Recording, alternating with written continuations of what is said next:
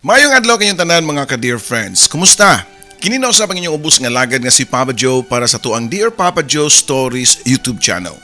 Sa itong mga kaigsunan diha nga mga subscribers na nato, good morning, good day, good evening, kung sa mamong orasa ron diha kung asa man nahimutang ning parte ning kalibutan na.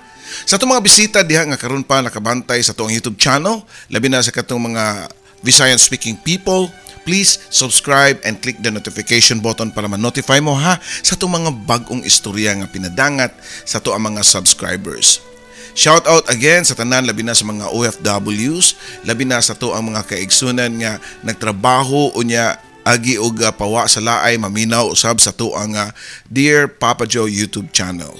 Daghang salamat and ato nang paminawon ang istorya nga pinadangat sa ito ang sender.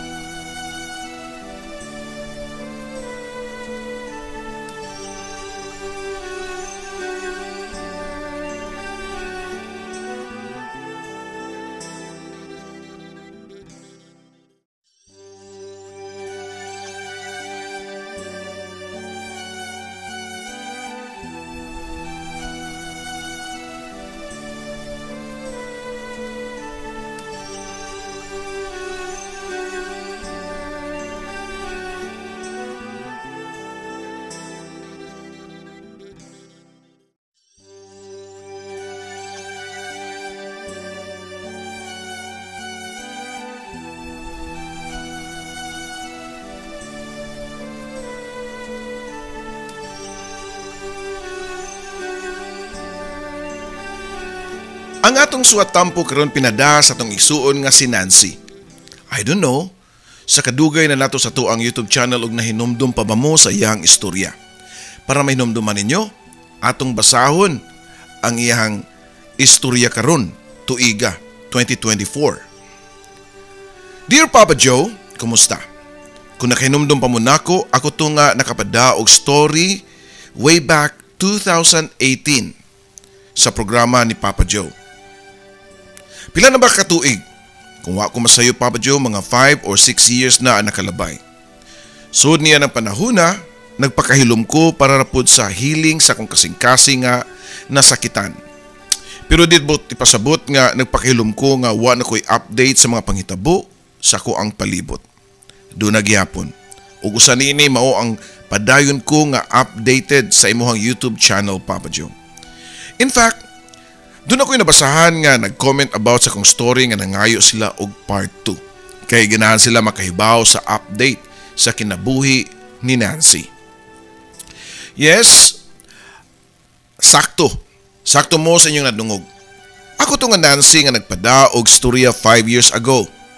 O karon, niya na para sumpayan ang akong istorya kundiin na dili ko gusto na kung ipadungog ninyo ang side sa istorya sa akong inahan nga si Mama Susan.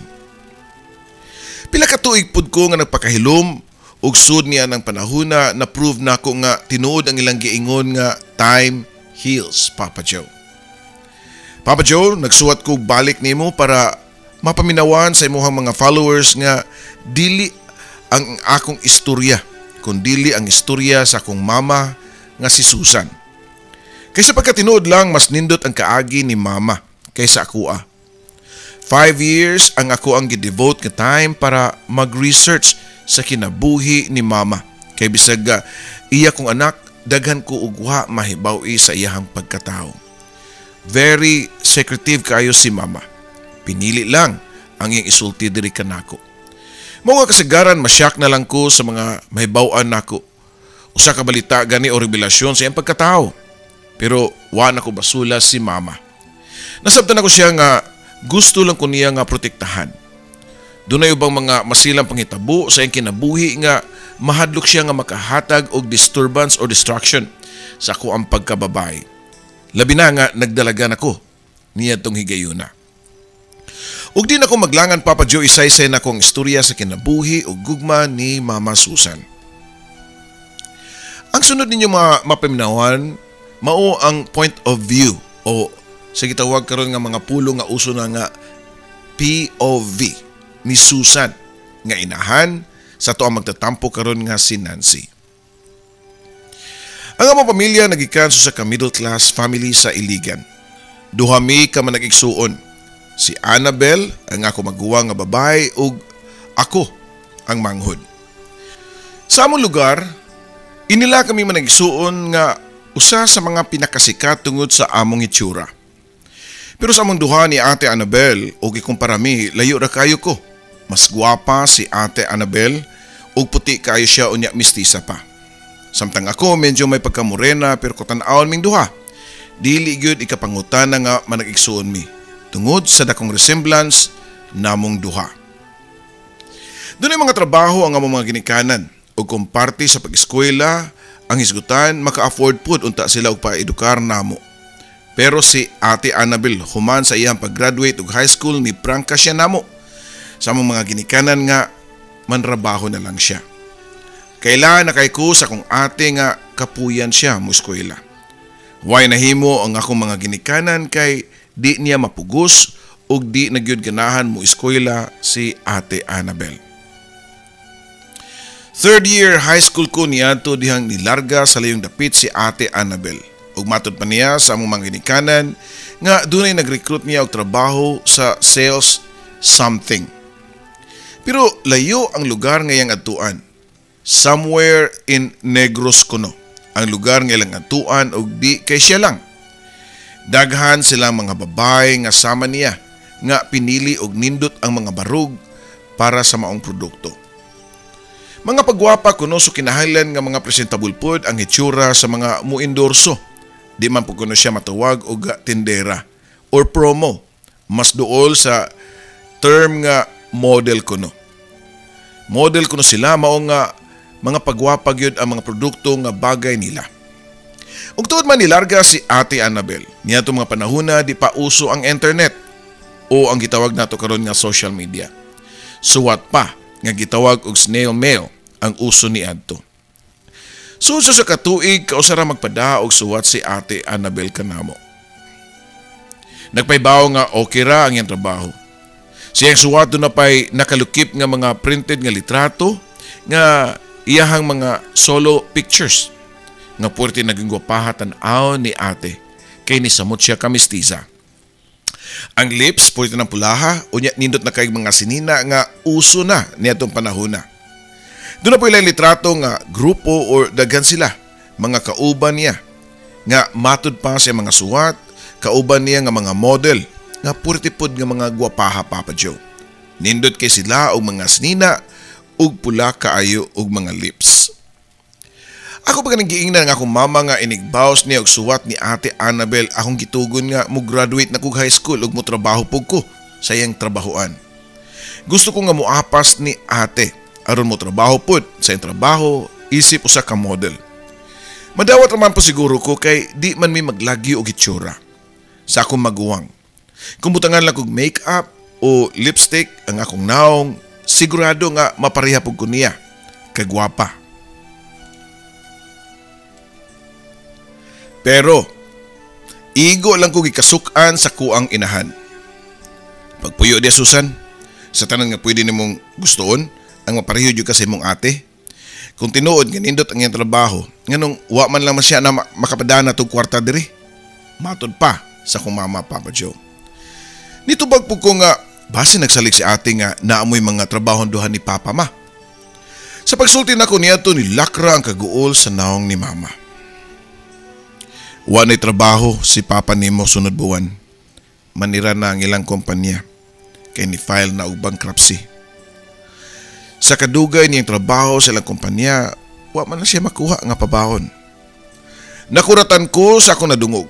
Wa man sila magsulti nako nga padung na di ay mag-close ang trabahoan ni Papa. So ang may tabo, si Mama na lang ang dunay trabaho nila. Ang problema kay gamay rabi kay sweldo si Mama kay sa ilang duha ni Papa manggod ang gisaligan si Papa kay dako-dako siya og sweldo. Oh, kumaw na ma.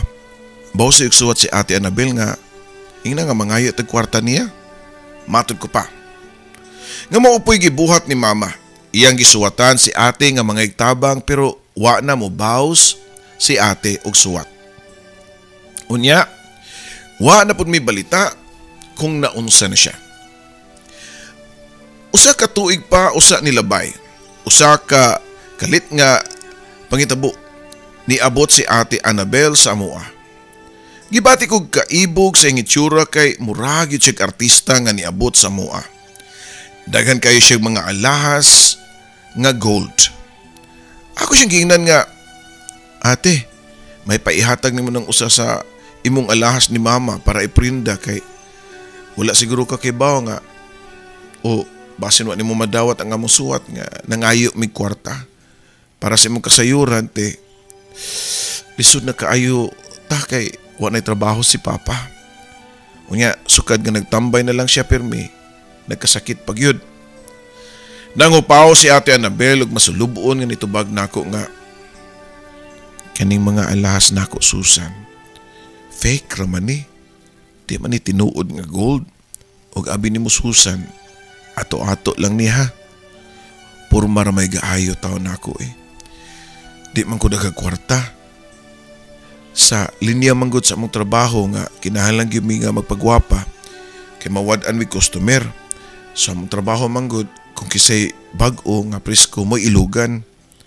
Unya ang mga karaan nga sama na nako. Laos na ug nihit na ang customer. Murag dunay gustong ipasabot si ate nako sa iyang gisulti. Pero batanon pa ko niadto, mao nga wa ko ni dig in sa meaning sa iyang gipangsulti diri nako. Wala ra madugay sa bakasyon si Ate Annabel. Ug matud pa niya nga the more nga mudugay siya nga mawa, makalimtan siya og basin og wa na gyud mahabilin nga customer para sa iyaha. Ako na lang ate, motrabaho ko sa imong trabahoan inig human sa graduation. Anyway, di man ko maka-eskwela college kay naglisod naman ta. Matud ko pa niya, pero nasuko siya nako kay di kuno bagay sa kuha ang klase nga trabaho. Di ay bagay na ako ang mahimong model ate. Maumaw ra man taglawas, pareho ra sa tagnaong. Ang kalahian ra gyud nato panit ra kay mas puti ka nako samtang ako may pagka dark skin. Unya, di po kusama nimo nga puno sa makeup ang naong. Kung mag-makeup siguro ko te, pareho tagnaong. Matud ko pa. Pero igor ko nga giwarawarahan sa kamot ni Ate Annabel nga matud pa niya nga ay na lang Susan. Kay kining matang sa kontrabaho once makasugod ka, maglisod na kagawas. Ako masayod sa iyang buti pasabot niya to. Maybe dunay kontrata nga gipirmahan nga di siya pwede mo undang sa trabaho nga mao siguro nga lisod paggawas kung imong masugdan. Nakalarga na si Ate Annabel balik sa iyang trabahoan samtang ako padayon sa pag-eskwela. Niabot ang buwan sa Disyembre pero way balita si ate. Wa magani ni siya musuwat namo. Bisan og ni-greet na lang og Merry Christmas or Happy New Year. Buwan sa February katud dihang kalit nga niabot si Ate Annabel sa mua unya natingami kaming tanan kay nagugos na siya og bata nga bag-ong anak. Among gipangutana og kinsa ang bag-ong natawo. Akong anak ning bataa. Paglas na kong uli diri mabdos na ko og 3 months. Tubag pa niya. Igo na lang sa kapungot nga nitanaw si papa ug mama niya. Kung baskog pa siguro si papa mo andar gyud kini ug ambot ba basin pagani ug masagpaan niya si ate. Pero di kana mabuhat ni papa kay luya na kay siya. Weak naman kayo siya sa iyahang sakit unya si mama pud dunay sakit sa kasing-kasing. Mahadlok siya nga basin og atakihon pa siya sa iyahang gidala nga problema ni Ate Annabel sa amoa.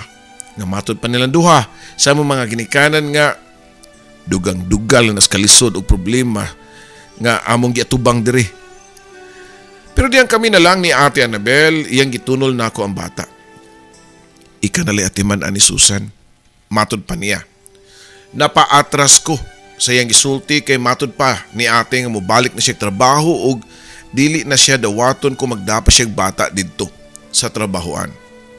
Magpadala ko siya kwarta nako para ibuhi sa bata. Unya ate, kinsa may pangan aning cute kayong baby nimo eh. Pangutana ko pa niya. Niya itong igayuna na pugos ko og kugo sa bata og unang daitol palang nako sa iyang panit nga humo kayo na in love na ko sa bata. Wa ko'y puas sa pagsimhot sa iyang kamot nga nakamitins pa.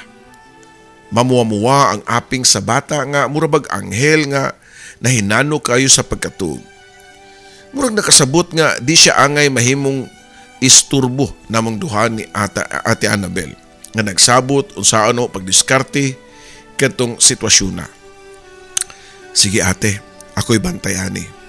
Namasab si mama ba makatabang na ako samtang mag-eskwela ko. Anyways, hapit naman mahuman ang klase. Nalipay si Ate Annabel nga gidawat nako ang bata, pero doon na siya laing gihangyo nako. Susan, wa pa biya ni siya mabunyagi. Ha? Wa pa di ay ate? Sige ako ingnon si mama, among pabunyagan. By the way, kisi pangan aning bataa ate. Pangutana ko pa.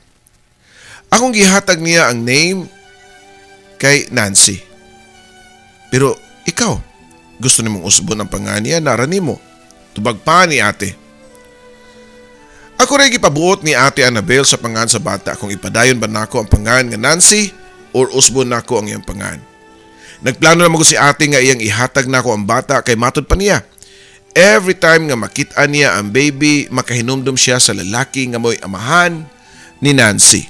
Nga nibiya nga murag buwa, diyang nibawaan niya nga mabdos si Ate Annabel. So nagkasinabot na tasusan ha. Pangutana pa ni ate nako. Kay mulakaw na kuno siya. O ate, way problema, ako'y bahala ni Nancy. Pasalig ko pa nga to niya. Nakabiya na si Ate Annabel. Dungan sa iyang paglakaw, hugot ang iyang desisyon nga di na siya manginahan sa maong bata. Dagan kay siya rason nga kuno way mayong ugma ang baby kung anak niya. Hate niya ang father sa baby ug uban pa nga mga rason nga para nako dili valid kay iyaha kini tinuyuan ug dapat iyahang atubangon. Dunay amiga si mama sa ilang health center nga maoy nitabang og process sa pagparehistro sa bata nga si Nancy para sa iyahang birth certificate. Ug tuod man narehistro gyud si Nancy ug ang nakasuwat nga name of the mother kay akong pangan. Dakong kalipay nga nabunyagan gyud niya ang baby. Gi pangatawanan gyud nako nga akong anak si Nancy. Bisan pa man sa mga nakailan namo nakaibaw sila nga dili ako ang bata kundi kang Ate Annabel. Pero bahala na og unsay ilahang isulti basta ang gusto lang nako niya tumao ang baby nga napamahal na nakog taman sama sa kaugalingon nakong anak. Gihimo na kong inspirasyon ng bata nga malipay sa matag adlaw nga musawop. Taas ko damgo nga hinig kasunod sidlak sa adlaw kami lang gihapon nga mag-uban ni Nancy. Gituman mamampod ni Ate Annabel nga magpada siya kwarta. Yes, tigpadag-anan siya og kwarta nako. Pero ang pagpangumusta sa bata wa mahitabo. Murag gilikayan niya nga mo mention sa pangan nga Nancy. Naluoy na lang ko hinuon sa maong baby. Mao nga nitubo pagsamot ang akong gugma sa bata. Nga mismo iyang kaugalingong inahan, gikalimtan siya. Naluoy jud ko nimo baby. Mao nga i-promise na ko nimo nga panggaon ti ka og mahalon. Di ti ka biyaan hangtod sa kong kamatayon. Buhaton akong tanan nga manindot ang imong kinabuhi. Moy akong pangandoy nga magdako ka nga happy per me. Matud pa nako sa akong anak nga si Nancy nga netong higayuna makamauna nga mo smile. Mga 5 months na ang edad ni Nancy niadto Papa Joe. Ang among gisaligan nga pinansyal niadto kay ang sweldo ni mama o ginagmay nga panagsarasad nga padani Ate Annabel. Kung magpada si ate og kwarta, panagsara. Pero bulto man po dinoon. Dinagko siya pinadalhan nako. Kadali ra sa panahon, nag-enjoy na kog taman sa kong motherhood kay wa na ko mabantay nga mag-birthday na si Nancy.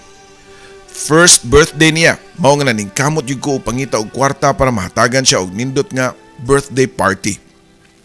Nanawat kog labada sa among mga kaila nga magpalabada. Mauray ako mahimo nga pangwarta kay di man pud pwede nga manrabaho ko the whole day kay kinsa man si mo bantay ni Nancy. Ug tuod man sa first birthday ni Nancy, nakapa children's party gyud ko. Naghikay ko og nag-order ko og mga balloons ug uban pa nga mga decoration para nindot tan-awon sa picture. Gusto mo gud nako nga og maapuhon kung dako na si Nancy makakita siya mga karaang pictures niya tong gamay pa siya. Labi na sa iyahang birthday celebration. Namalit jud kog film sa camera para makakuha ko og daghang pictures niya. Unya daghang solo si Nancy og mga kuha nga mga pictures nga kaming duha lang samtang ako siyang gikugos. Nahuman ang selebrasyon sa birthday ni Nancy dihang niabot ang usa ka tawo nga wa na ko damha nga magpakita pag-usab sa iyahang anak. Si Ate Annabel. Siya ang niabot. Mao nalay akong katinga pagkita nako sa kong igsuon nga bago nga niabot. Halos di na ko makailan niya. Nagniwang na siya. Anya iyang buhok kay buhaghag ug nipis na kaayo. Unya iyang panit lahi na kaysa sa una. Dili na hamis, murag daghang samad-samad ug kagid-kagid. Na ako'y AIDS, Susan. Mao nga niuli lang ko sa ato. Niuli ko kay ato sang ipa-check sad si Nancy ug wa ba siya matakdi nako. Dili magugo sure og kanus ako natakdi before ba or after ba sa akong pagpanganak. Matud pa ni Ate Annabel nako. Mao nga pagkaugma dayon gidala namo sa ka medical institute si Nancy para ipa-screening. Dako na akong kalipay nga limpyo ang akong anak. Wa siya matakdi og AIDS. Human niya to pagkahibaw ni ate nga okay ra si Nancy, nananghid na pud siya nako. Susan, basin mo ni katapusan na itong panagkita. Ika nang libahala nilang mamagpapa ha? Matod pa ni ate nako. Di ka mo kugos kang Nancy? Pangutana pa nako niya. Sukad siya nabot, wa man lang gani siya muhikap sa bata. Murag gilikayan gud niya nga mutanaw sa bata. Nitutok si Ate Annabel og makit-an nako siya mga mata ang kaguol og pagbasol. Ug kawili na pod. Pero wa na siya mahimo kay matud pa niya. Magpalayo na siya dayon sa among pamilya. Asam day kate. Nganong di naman lang kamo pundo sa ato para magpatambal ka sa imong sakit. Pangutana ko pa niya. Tambal? Napadi ay kayuhan ni ang sakit nga AIDS, Susan? Gawas pa, di ko gusto mahimo ninyo nga pabigat ninyo mamagpapa. Ug labaw na kanimo Sam. Daghan na kay kog gihatag nga problema ninyo. Labi na gyud nimo. Mas maayo og wa na ko para makafocus ka ni Nancy. Himo na siya. Panggaa siya, Susan. Wala na si Ate Annabel pero human niya tumapadalahan lang gihapon siya og kwarta nako. Pero kwarta gyud. Wa man la siya mubuo nga note or message kung naunsa na siya. Okay ba siya? Or nigrabe ba siya?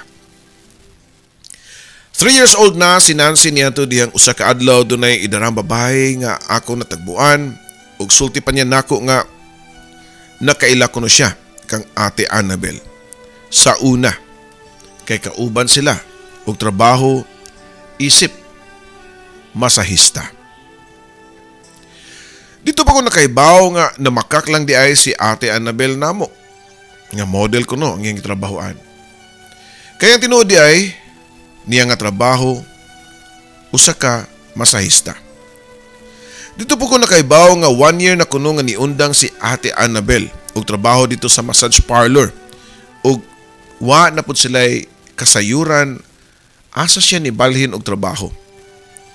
Si Ate Aida maong kauban sa trabaho ni Ate Annabel. Nga nipahibaw na ako nag-hire og mga gwapang babae nga masahista og basin og interesado kuno ko. Ako pud dayon gi-grab ang opportunity kay nagkinahanglan kay kog trabaho kay si Ate Annabel. 5 na kabuan nga wa magpada og kwarta. Unya si Papa o si Mama ni file og early retirement sa iyang trabaho tungod sa iyang sakit nga high blood. Kinahanglan na gyud nga mo step up ko. Dili pwede nga paundayanan ko lang nga mugamot sa mua nga Y income. Nagkinahalan og dako nga kwarta ang ako manginikanan kay asa man ako, di naman ako pwede nga ipaasa nila. Kay si Ate Annabel, wa na'y balita. Wa ganay kasiguraduhan og buhi pa ba siya o patay na. Di ko pwede nga magluya-luya kay gawas lang mama og papa nga puros mga tiguang na napakoy anak nga buhion. Unsaon na lang ang akong damgo nga hatagan ako siyang maayong ugma, si Nancy. Pila ra may istorya ni larga mi si Ate Aida, ako ug si Nancy. Siyempre, ako gyudadon ang akong anak bisan asa ko moadto. Naabot mi sa kalugar, a booming city sa may Western Visayas. Dito mi nagpuyo sa mga paabangan nga kwarto ni Ate Aida. Kay wa naman siya magmasahista kay laos na daw siya. Wa na kung gusto magpamasahin niya. Kaya mga bagong hired na, mga newbies o mga batanon nga presko pa kuno ang pinangita sa mga customer. Ang pagumangko ni Ate Aida nga si Vanessa nga bata pa nga 9 anyos pa ni adto. Pero makamauna mo bantay og bata. Siya ang ipasalig nga mo bantay kang Nancy. Basta mo duty nako sa massage parlor. First night nako sa akong new job kay panggabi man ang akong duty, wanay interview. Dawat nako. Diretso. Wa na pud ko niagi og training. Ang akong first duty mao na pud kuno ang ako ang training. Unang tunob pa nako sa second floor sa building kundi dito nahimutang ang massage parlor nga akong trabahoan. Akong gitanaw ang palibot niini ug na-imagine nako nga dito po ni trabaho si Ate Annabel. Niadtong gabi una sa unang duty as masahista dito pa nako ni bawi nga dili di ay masahi ra gyud ang ilang tumong. Bali front ra di ay ang masahi. Mao di ay nga gidritso na kong dawat bisan og di ko makamao nga mo masahi. Kay matud pa sa mong supervisor, basta makamao ka mo hilot-hilot, okay na kuno. Doon na siguro mo yung idea sa ako ang buot ipasabot. Nga ang masahi nga giingon nila dala na pud sa tanan. Sama sa ilang giingon nga all the way down. Hinuon doon na option. Way but anay ko magpahilabot ka or dili. Okay ra guway may tabo nga milagro tali sa imong customer. Pero usaray lahang gibayran dito ang libre nga muhikap-hikap sa ilahang masahista. At first, wa ko padala sa kwarta. Nakontento ako sa kong sweldo. Meaning, wa ko niabot sa point nga magpaggamit og lalaki nga among customer. Pero nagkagabi na si Papa sa iyang sakit ug si Mama na admit na pud tungod sa iyang high blood. Plus, napakoy anak nga si Nancy nga muskwila na pud sa nursery. Unya, swelduhan pa nako si Vanessa nga tigbantay. Wa madugay nibigay ko sa ka-customer nako nga maoy pinakadako og offer. Gihatagan pa ko niya og bonus pagkibaw nga virgin pa ko. Ug siya pagyud ang unang buyog nga nakatugdon sa labas nga buwak Papa Joe. Nakahila ko pag uli nako sa mua kay wa ko magdahom nga sa usa ka estrangherong lalaki ra di ay nako mahatag ang akong virginity. Pero sa gikaingon pa nila nga ang una ra maoy luod. Kay sa kadugayan, maanad na ka sa klase sa maong trabaho. Hangtod nga dunay laing nakaila nga usarapod nako ka customer nga taga Cebu. Siya si Mick. Nga maoy ni offer nako nga padtuon ko og Cebu kay didto kuno mas dako og market. But pasabot nga dako pud og kita Papa Joe. Nakahukom ko nga mularga paingon sa Cebu para sa bigger market nga giingon ni Mick nako. Kauban ako siya siyempre, ang ako ang anak, ug si Vanessa kay matud pa, ganahan siya makakita og Cebu. Pila ra may istorya, nakaabot ming tulo sa syudad sa Sugbo. First time lang ko nakatunob sa Cebu ug dili pa ko swito sa lugar. May na lang kay nitabang si Mick nako pagpangita og kapuy-an nga balay unya dayon iya kong gipasulod sa usa ka high-end nga bar isip usa ka GRO. Lahi sa tanan akong customer si Mick. Espesyal ang among relasyon. Murag nami mutual nga agreement nga customer nako siya. Muhilabot siya nako pero at the same time mutabang siya nako sa akong mga problema unya muhatag ko siya nako extra kwarta. Labi na og kinahanglan na pug ko nga mopada og kwarta sa ako ang mama, Papa Joe. Nahimo na kong best friend o confidant si Mick and vice versa. Kay ako man pod ang iyang sumbungan sa iyang mga problema, labi na gyud sa iyang asawa nga tiguwang na pod. Pareha niya. Lahi na kuno sa una ang iyang asawa kay dili na sweet. Di na kuno puno o di na sad kuno magpadug og tuog niya. Unya sa puto na kuno kaayo. 2 years na kuno nga why na itabo nilang duha sa iyang asawa. Mo'y rason nga natintal siya pagpahungaw sa mga babae nga bayaran sama nako.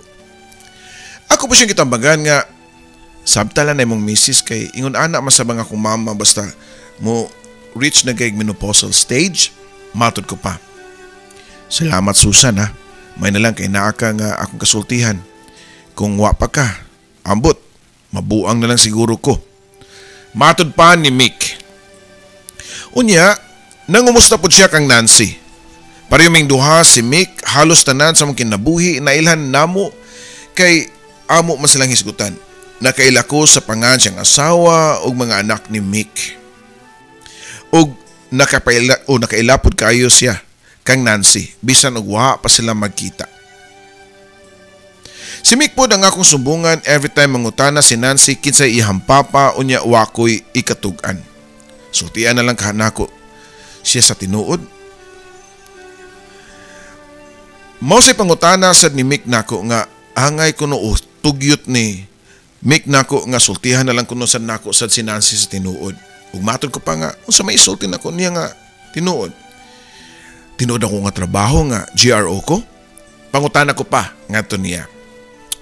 Ay dili na mo akong pasabot.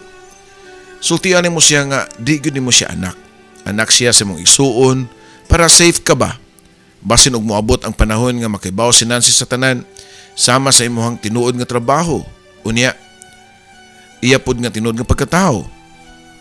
Kung mahibawan na niya, basin og masuko siya nimo o ikapay basulon ni Nancy. Matod pa ni Nick Papa Joe.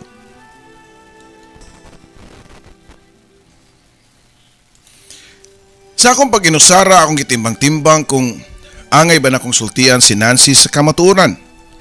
Labi niya itong porsigido na kayo si Nancy nga nangutana kung kinsagyo iyang amahan kay gibuli na kuno siya.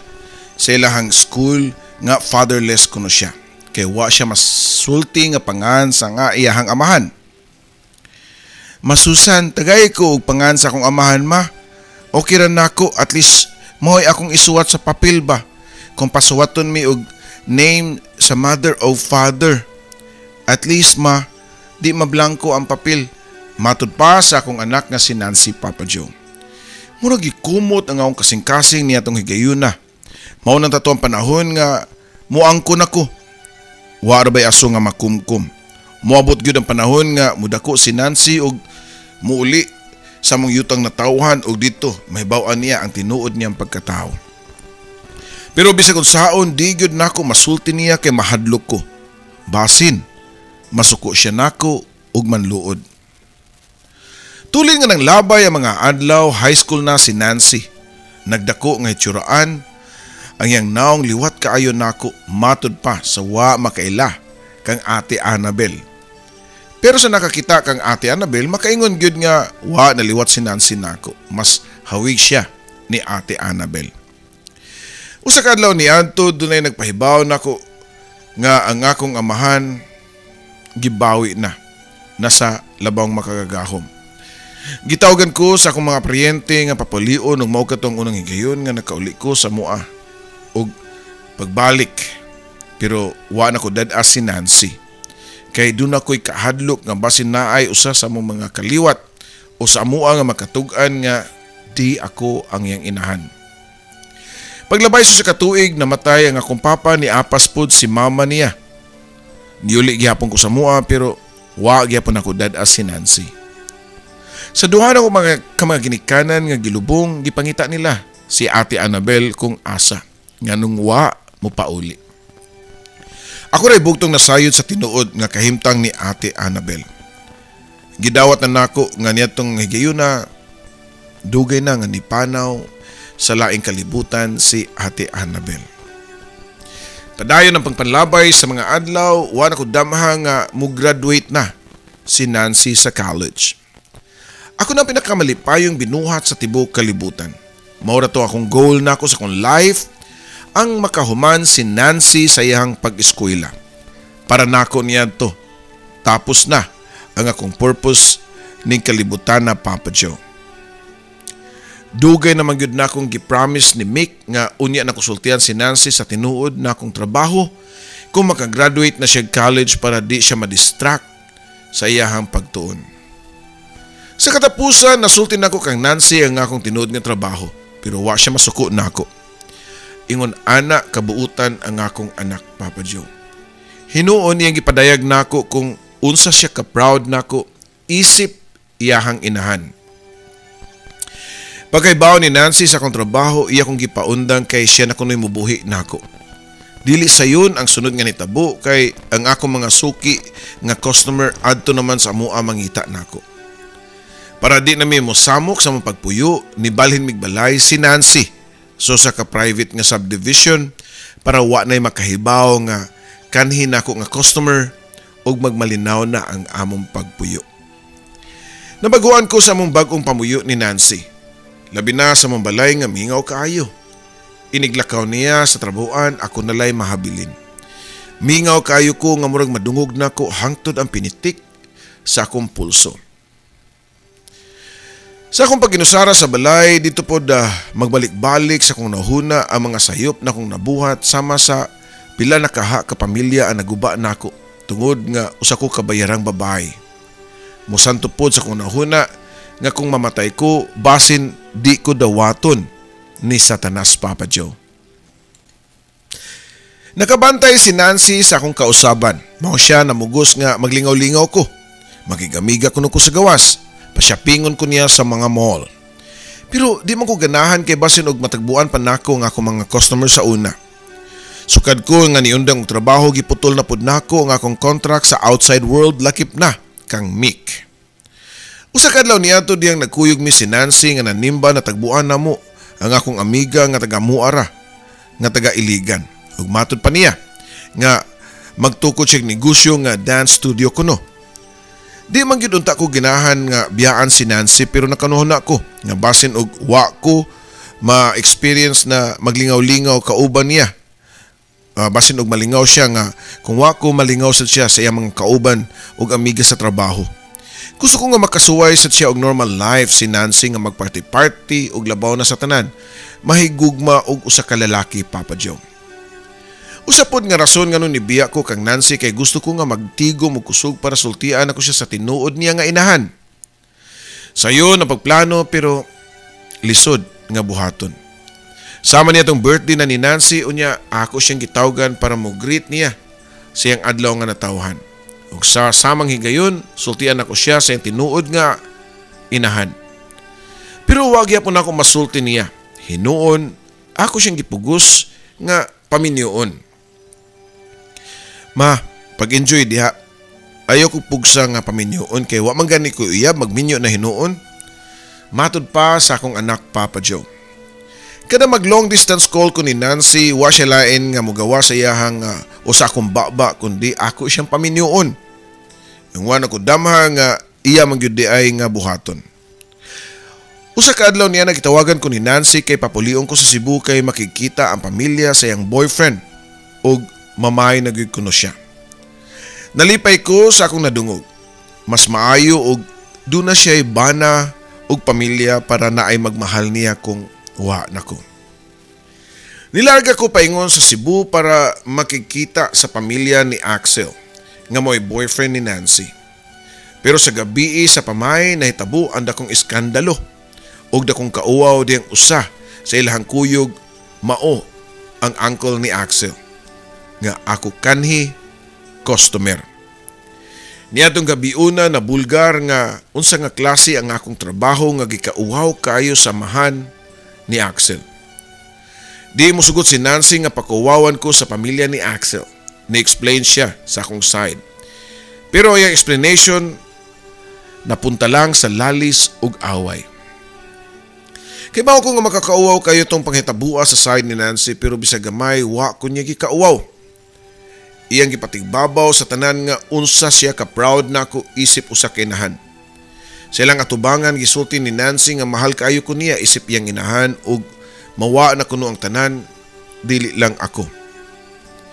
Gibason nako ang kagalingon tungod nako nawa ang lalaki nga nagmahal kang Nancy. Kay bawo ko unsa niya kamahal si Axel kay mao to iyang first love. Unsa may ako mabuhat? Di ko expert nining butanga. Wa ko'y laing namahuan nga trabaho gawas sa paglipay og lalaki kay mauray akong nahibaw-an nga panginabuhian. Karaga nabasa kong kalapasan kang Nancy. Pagkaway ayon akong pagkatao nga ultimo gani pagsulti niya nga di ako ang iyang tinuod nga inahan. Di nako makaya nga ikumpisal ngadto niya. Kada adlaw nga nagpakabuhi ko sa kalibutan, ako na pamatud-an nga wa na ko'y ayo nga pagkababay. Murag wa ko'y meaning ba? Daghan ko gipanguna-una nga gusto na kong kutluon na lang ang akong kinabuhi para matapos ang tanan. Papa Joe, ako si Nancy ang nagsuwat nining kaagi sa kong mama Susan. Sa iyang pagkawala, dito pa na ko naibawi nga dili nako siya tinuod nga mama. I wish nga tinuod ang time machine para mabalik nako ang panahon nga buhi pa si mama. Para ako na mismo ang musulti niya nga gidawat ti kama. Ikaw ray mama og wa nay lain. Sa tinuod lang, kining akong suwat nga kaagi sa kong mama tipik lang sa iyang istorya. Kung pwede pa nako isuwat tanan basin di ka mahuman og basa, Papa Joe. 5 or 6 years na nakalabay og pagkakaroon makaingon ako nga I'm healed. Mao gani hinungdan nga nag-research ko about kang Mama Susan ug sa usa ka Mr. Mendoza nga nakahatag na kog daghang information about ni Mama. Nakailan na siguro mo kung kinsa siya. Siya po na nagsulti nako nga si Mama na diagnose di ay sa sakit nga depression. After sa akong healing process, nakaila-ila ko og lalaki nga kauban nako sa akong gitrabahoan. Dili siya CEO or anak sa tag-iya sa mong company. Dili siya super gwapo o super rich. My husband now is just an ordinary guy. Pero nahigugma siya nako. Dawat niya kung unsa ang akong kagikan. Labi na sa akong duha ka mga inahan nga sila si Mama Susan ug Mama Annabel. Ang akong duha ka inahan nga pareho na nga wa na nining kalibutan na. Doon na may mga anak sa akong husband karon, usa ka lalaki ug usa ka babae. Mao na ang akong update sa kinabuhi, Papa Joe. Daghang salamat sa pagbasa nimo sa akong suwat tampo. Imong magtatampo, Nancy. Sa atong mga kaigsunan nga mga viewers nga wa makasubay sa istorya ni Nancy, palihog lag comment kay atong i-repost pagbalik ang iyang istorya or madungog ninyo sa channel ni Ate Gems, ang Katabi with Ate Gems. Daghang salamat. Again, ay mo kalimot sa pag-subscribe and click the notification button kung bago pa mo niyan itong YouTube channel. Kini yung ubos nga alagad, Papa Joe.